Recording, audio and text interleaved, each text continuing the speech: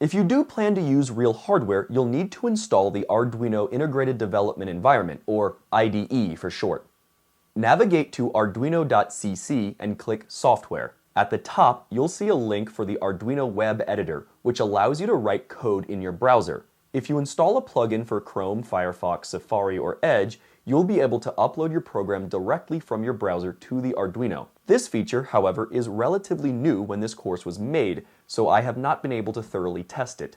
We'll be using the cross-platform IDE software that you can find by scrolling down. The latest here is 1.8.3, but you should see whatever the latest revision is for Arduino. Click the link for your operating system. I'll show you how to do this for Windows and Mac, although the steps for Linux should be fairly similar. In Windows, click Windows Installer, and on the next page, click Just Download, although you can donate if you feel particularly inclined. Go to your Downloads folder and double-click the Arduino installer to start the installation process. Follow any on-screen prompts and, when asked, leave the installation components to default. Most importantly, we'll need to install the USB driver in order to send programs to our Arduino.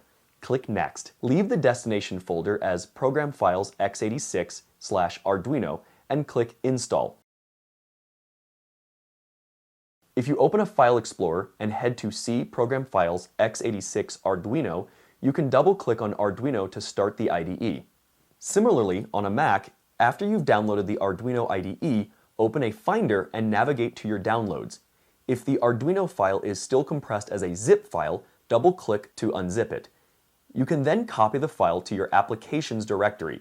In Applications, double-click Arduino to open the IDE. And that's it! Installing the Arduino IDE is a fairly easy process. Now you should be ready to start coding.